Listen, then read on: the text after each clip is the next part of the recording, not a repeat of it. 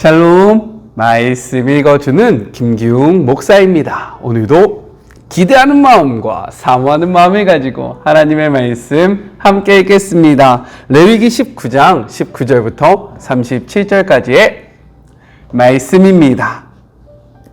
너희는 내 규례를 지켜라. 종류가 다른 두 동물을 서로 교배시키지 마라. 너희 밭에 두 종류의 씨를 함께 뿌리지 마라. 두 종류의 자루로 짠 옷을 입지 마라. 한 남자가 여종하고 동침했는데 그 여종에게 결혼하기로 한 남자가 있고 그가 아직 그녀의 몸값을 치르지 않았거나 그녀가 자유의 몸이 아니라면 두 사람은 조사를 받아야 한다. 하지만 여자가 자유의 몸이 아니기 때문에 그 두 사람이 사형을 당하지는 않는다. 남자는 하나님에게 바칠 보상 제물을 회막 입구로 가져와야 한다. 이때 보상 제물은 수장이어야 한다. 제사장은 남자가 저지른 죄 때문에 바친 보상 제물인 수장을 가지고 그를 위해 하나님 앞에서 속죄해야 한다. 그러면 남자는 자신이 저지른 죄를 용서받게 된다. 너희가 그 땅에 들어가 각종 과일나무를 심을 때 처음 3년 동안은 그 나무의 열매를 먹지 마라. 그 열매는 먹을 수 없는 것으로 여겨라. 4년째 되는 해에는 그 열매가 거룩하게 되어 하나님에게 바치는 찬양의 제물이 된다. 5년째 되는 해부터 너희는 그 열매를 먹을 수 있다. 이렇게 하면 너희는 더 풍성한 수확물을 얻게 될 것이다. 나는 하나님, 너희 하나님이다. 너희는 고기를 핏째 먹지 마라. 점을 치거나 마술을 쓰지 마라. 머리 양 옆에 난 머리카락을 자르지 말고 수염을 다듬지 마라. 죽은 사람을 위한다고 너희 몸에 상처를 내지 마라. 너희 몸에 문신을 새기지 마라. 나는 하나님이다. 너희 딸을 창녀가 되게 하여 그녀를 욕되게 하지 마라. 그러면 온 땅이 조만간 지저분한 섹스로 가득 차 매운굴이 될 것이다. 나의 안식일을 지키고 나의 성소를 귀하게 여기라. 나는 하나님이다. 주술에 빠지지 말고 영매들을 가까이 하지 마라. 그런 일로 너희 영혼을 더럽히지 마라. 나는 하나님, 너희 하나님이다.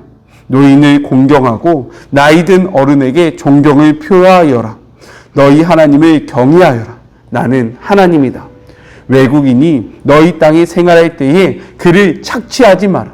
외국인과 본국인을 동등하게 대하여라. 그를 내 가족처럼 사랑하여라.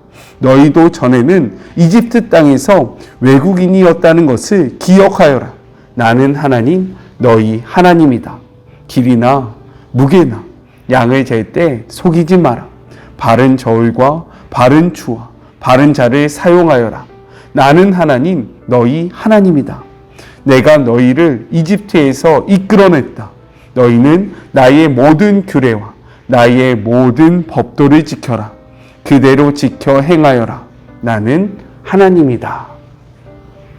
이것은 하나님의 말씀입니다. 오늘 말씀은 내용상 세 부분으로 나눠서 생각해 볼 수 있습니다. 먼저 첫 번째 19절부터 22절 혼합 금지에 대해서 말씀하고 있어요. 우리 19절의 말씀을 같이 한번 읽어보겠습니다. 너희는 내 규례를 지킬지어다. 내 가축을 다른 종류와 교미시키지 말며 내 밭에 두 종자를 섞어 뿌리지 말며 두 재료로 직조한 옷을 입지 말지며 라고 말씀하고 있어요.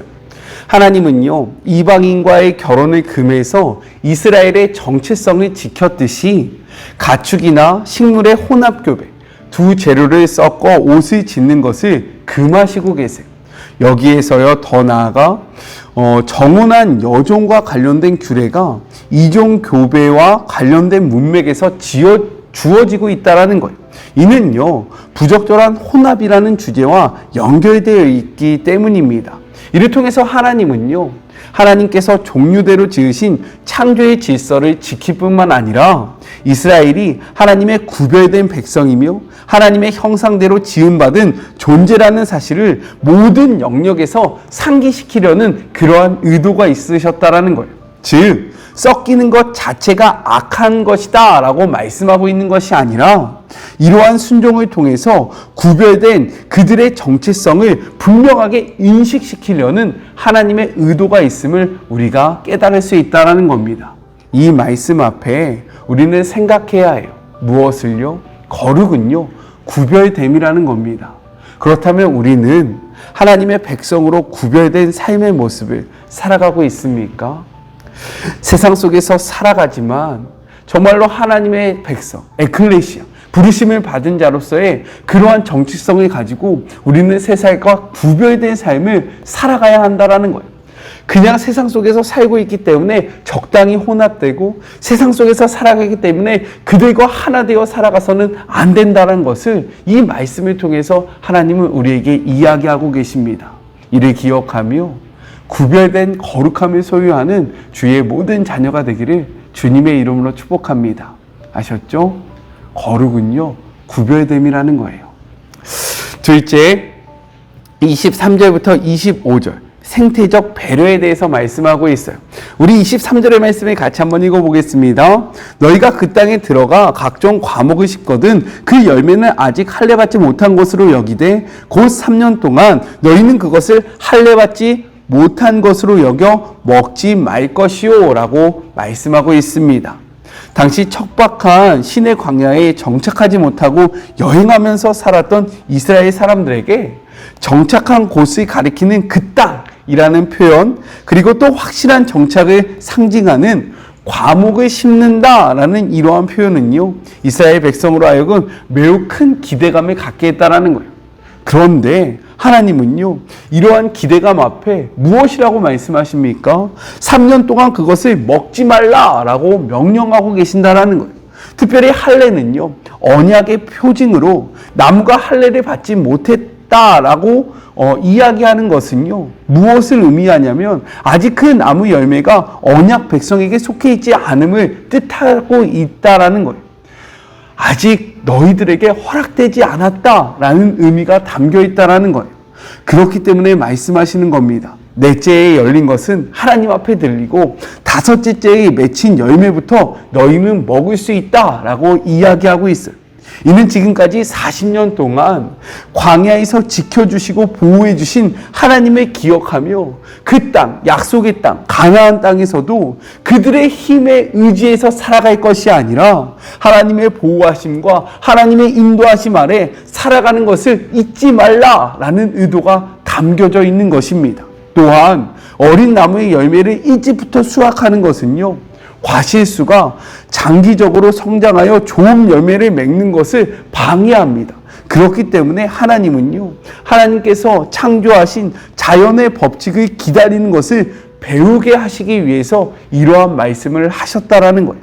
즉, 하나님을 의지함으로 인간의 탐욕을 억제하고 자연을 배려하고 존중하는 태도를 요구하고 계신다라는 거예요.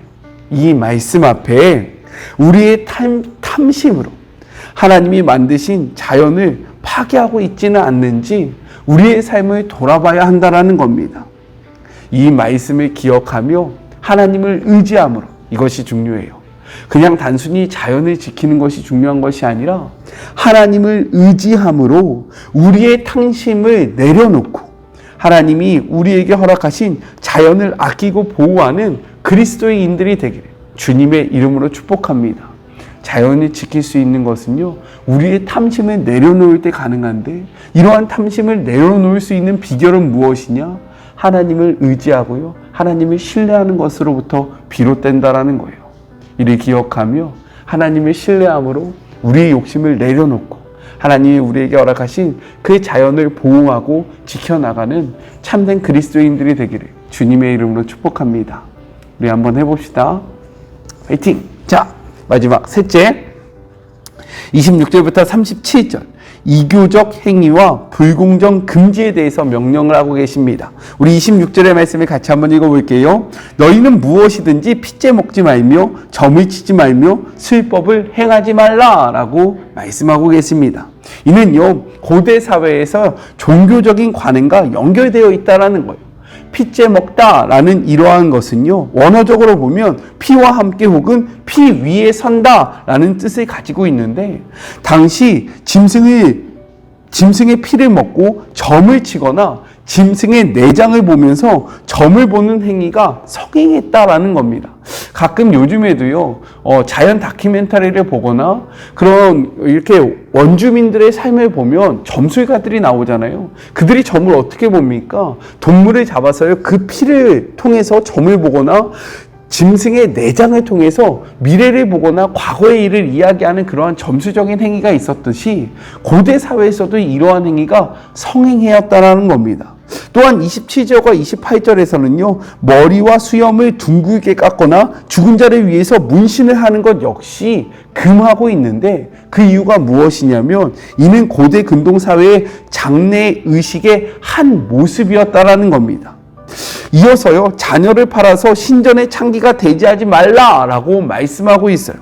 이러한 모든 행위들 정리해보자면 점을 치는 것, 술법을 행하는 것, 머리나 수염을 깎는 것, 문신을 하는 것, 자녀를 신전에 파는 행위는요, 인간의 마음속에 있는 불안과 두려움을 해결하기 위한 인간적인 방법이었다라는 겁니다.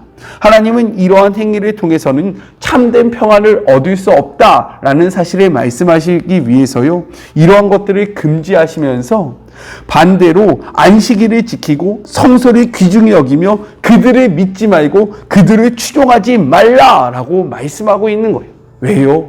참된 평안은 그러한 행위로부터 오는 것이 아니라 하나님의 가까이 함으로부터 오기 때문입니다. 성경은 우리에게 이렇게 말씀하고 있어요. 요한복음 14장 27절의 말씀입니다.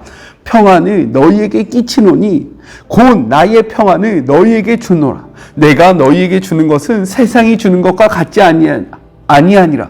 너희는 마음에 근심하지도 말고 두려워하지 말라라고 말씀하고 있습니다. 이렇듯 하나님을 가까이 함으로 세상이 줄 수 없는 참된 평안함을 소유하는 주의 모든 자녀들이 되었으면 좋겠어요. 하나님을 가까이 할 때 우리는 평안을 소유할 수 있습니다. 세상적인 인간적인 생각으로 어떠한 행위를 한다고 우리의 마음속에 평안이 오지 않는다라는 사실을 꼭 기억하셨으면 좋겠어요. 더 나아가 하나님은요, 사회, 사법, 그리고 경제 영역에서 공평과 정의와 공의를 추구할 것을 명령하세요. 그리고 그 이유를 이렇게 말씀하십니다. 34절의 말씀이에요. 너희와 함께 있는 거류민을 너희 중에서 나은 자같이 여기며 자기같이 사랑하라. 너희도 애굽 땅에서 거류민이 되었었느니라. 나는 너희의 하나님 여호와니라 라고 말씀하고 있습니다. 이어서 다시 한번 힘있게 강조하고 있어요. 우리 36절의 말씀을 함께 읽겠습니다. 공평한 저울과 공평한 주와 공평한 에바와 공평한 흰을 사용하라. 나는 너희를 인도하여 애굽 땅에서 나오게 한 너희의 하나님 여호와니라 라고 말씀하고 있어요. 그 이유가 무엇입니까? 너희가 먼저 애굽의 종이었고 너희가 그러한 불공정한 삶을 살았고 너희가 이러한 억압을 당했는데, 거룩하신 하나님, 공정하신 하나님, 공평하신 하나님, 의로운 하나님께서 그러한 이스라엘을 구원해 내셨다라고 말씀하고 있는 것입니다. 하나님께서 공정하시고 하나님께서 정의로우시고 하나님께서 거룩하시기 때문에 우리도 그러한 삶을 살아가야 한다라고 말씀하고 있는 거예요. 이스라엘은요, 공평하시고 정의로우시며 거룩하신 하나님을 인해서 구원을 받았습니다. 그렇기 때문에 이제 그들도요, 어떻게 살아가야 하냐? 그들을 구원하신 하나님처럼 공평하고 정의롭고 거룩한 삶을 살아야 한다라는 거예요. 하나님은 이러한 삶을 이스라엘에게 요구하셨고요. 그리고 오늘 그분의 자녀된, 오늘 그분의 백성된 우리들에게도 동일하게 요구하고 계신다라는 겁니다. 우리의 삶에 하나님의 정의와 그리고 하나님의 공의와 하나님의 거룩한 모습이 있습니까? 하나님의 그러한 모습이 소유하고 있습니까? 그러한 삶을 살아가고 있습니까? 그렇지 못하다면 다시금 이 말씀을 통해 우리를 구원하신, 우리는 죄의 종이었잖아요. 죄로 인해서 영원히 죽을 수밖에 없었잖아요. 하지만 하나님이 우리를 구원해 주셨잖아요. 그렇기에 우리가 그러한 삶을 살았음을 기억하며 그러한 처지에 있는 자들을 긍휼히 여기고 그들에게 하나님의 성품을 닮아서 정의와 공의와 정말로 거룩을 보여주는, 살아내는 우리 사랑하는 주의 모든 자녀들이 되었으면 좋겠습니다. 우리 같이 기도할까요? 하나님 감사합니다. 하나님은 우리에게 하나님과 같은 삶을 살기를 요구하십니다. 왜냐하면 하나님이 우리를 구원하셨기 때문입니다. 주님, 우리가 이 사실을 기억하며 하나님을 닮아, 하나님의 거룩함을 닮아, 하나님의 공의로우심을 닮아, 하나님의 정의로우심을 닮아 우리가 살아가는 삶의 자리에서 이와 같은 삶을 힘있게 살아가는 주의 모든 자녀들이 되게 하여 주시옵소서. 혼합을 금지하신 것은 혼합하는 것 자체가 악하기 때문이 아닙니다. 우리의 정체성을 잃어버릴까 봐, 우리가 하나님의 자라는 사실을 잊어버릴까 봐 하나님께서 이러한 것들을 금하신 것입니다. 우리의 정체성을 기억하며 에클레시아, 부르심을 받는 자들, 구별된 자들이라는 사실을 잊지 않고 힘있게 살아가는 주의 모든 자녀들이 되게 하여 주시옵시고, 하나님을 의지하고 하나님을 신뢰함으로 우리의 탐심을 내려놓고 하나님이 우리에게 허락하신 그 자연을 보호하고 정말로 그 자연을 소중하게 여기는 주의 모든 자녀들이 될 수 있도록 주님 축복하여 주시옵소서. 함께하시 주님을 기대하며 거룩하신 예수님의 이름으로 기도드립니다. 아멘. 우리를 구원하신 하나님의 모습을 닮아가는 우리 모두가 되었으면 좋겠습니다. 요즘에 제가 정말로 정신이 많이 없습니다. 오늘도 이 영상을 찍으면서 계속해서 실수를 했는데요. 저를 위해서 계속 좀 기도해 주셨으면 좋겠고, 이제 제가 섬기는 교회를 마무리할 날이 며칠 남지 않았습니다. 이 사역을 잘 마무리하고 또 새로운 그러한 교회에서 힘있게 사역을 할 수 있도록 계속해서 기도해 주셨으면 좋겠고, 이 자리를 꿋꿋이 지키는 주의 아들이 될 수 있도록 함께 기도해 주세요. 꼭이요. 저는요, 또 내일 만나도록 할게요. 사랑하고 주님의 이름으로 축복하면서 오늘 하루도 힘내세요. 우리 내일 만나요. 안녕. 오늘도 수고하셨습니다.